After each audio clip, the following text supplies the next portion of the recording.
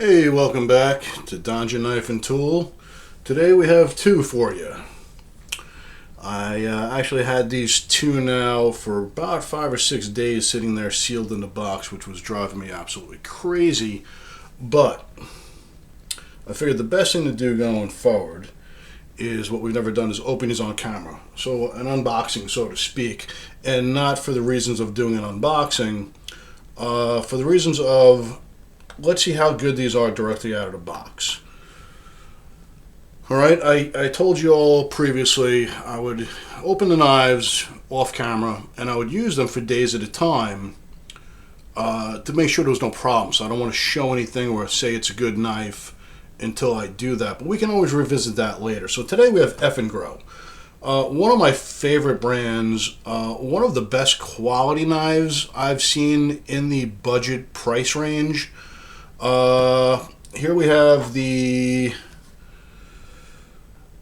EF954 in red. I think this comes in at $26 with coupons, so you can actually get it cheaper than that, which is what I did. Let's start with this one here. Let's see what we're dealing with here.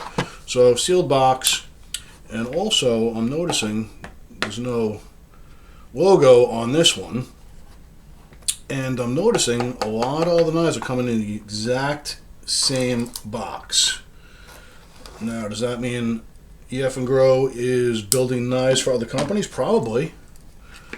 Does it mean that a lot of knife companies in China are buying their box from the same company? Probably also that too. Okay, what do we got here? We got a cleaning cloth. And, okay, a little oily, which is good. I'd rather see that than not. Let's some of this oil off of here. No reason to have an oiled G10 handle. Nice handle, look at that. Black and red, looks almost brown though. Nice pocket clip. Alright, here we go. Oh, that is sweet. A little oil in the blade there. We can leave that on there.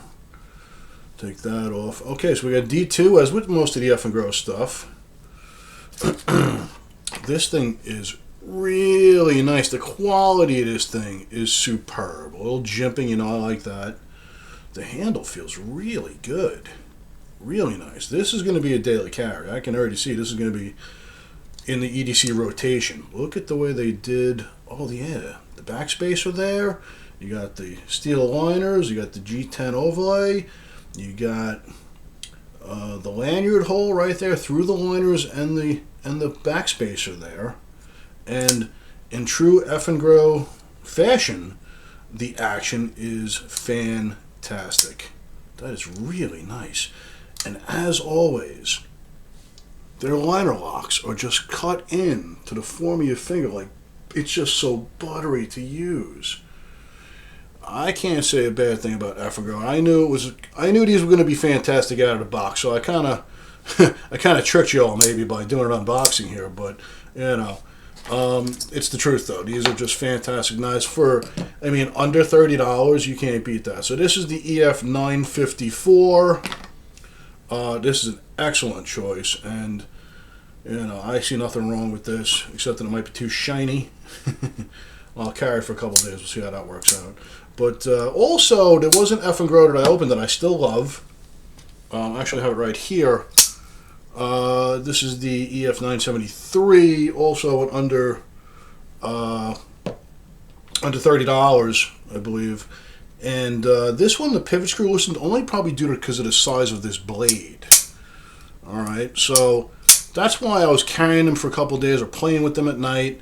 And all it was the pivot screw loosened up, and I took it out, put some orange Loctite in, put it back in. It's been solid ever since. It's just been fantastic. Alright, so let's put that off to the side. This is a keeper right here. Let's open number 2. Behind door number 2, we have the EF69 in brown. That red looks kind of brown though, so let's see what that brown looks like compared to the red. Here we go. And again, with the same box I'm seeing from a lot of manufacturers. Okay, another white cloth. Good. Yeah, the brown definitely looks like brown. Okay.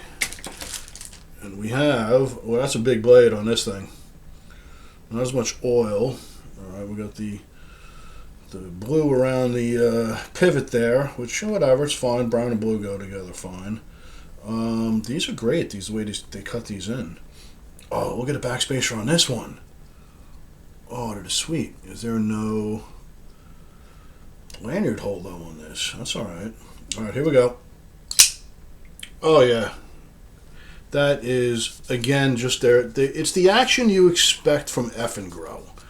Alright? It's always going to be good. D2, you got the EF69 on there. Cool, with the stonewash pocket clip to match the blade. Oh, look how cool that is.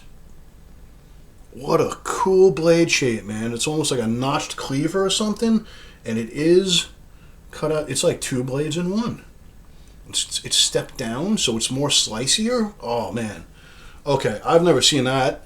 Or I've never seen that on a knife under $30. Look at these thumb studs. Okay, this thing is sick. And again, in true Eafengrow. Yep, the action is just insanely awesome. Alright, you can't beat these. And, you know, I'm starting to see a lot of the other imported brands that are just not even half as good as these, but they're more than double the price. Alright, this is why I'm showcasing these here right now. Alright, it's also for another idea I'm working on for a newer video. And it's going to hurt some feelings, I'm going to tell you guys right now.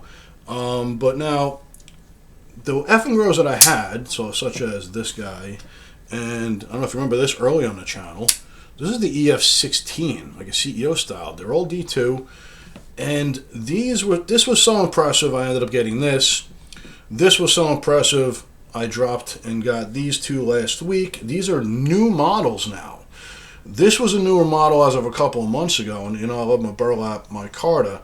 I got no problem. I'm not mad at G10 or anything. This is all good stuff here. That's G10 as well. But I saw these two new models, and I figured for the under $30 a knife deal, might as well just check it out.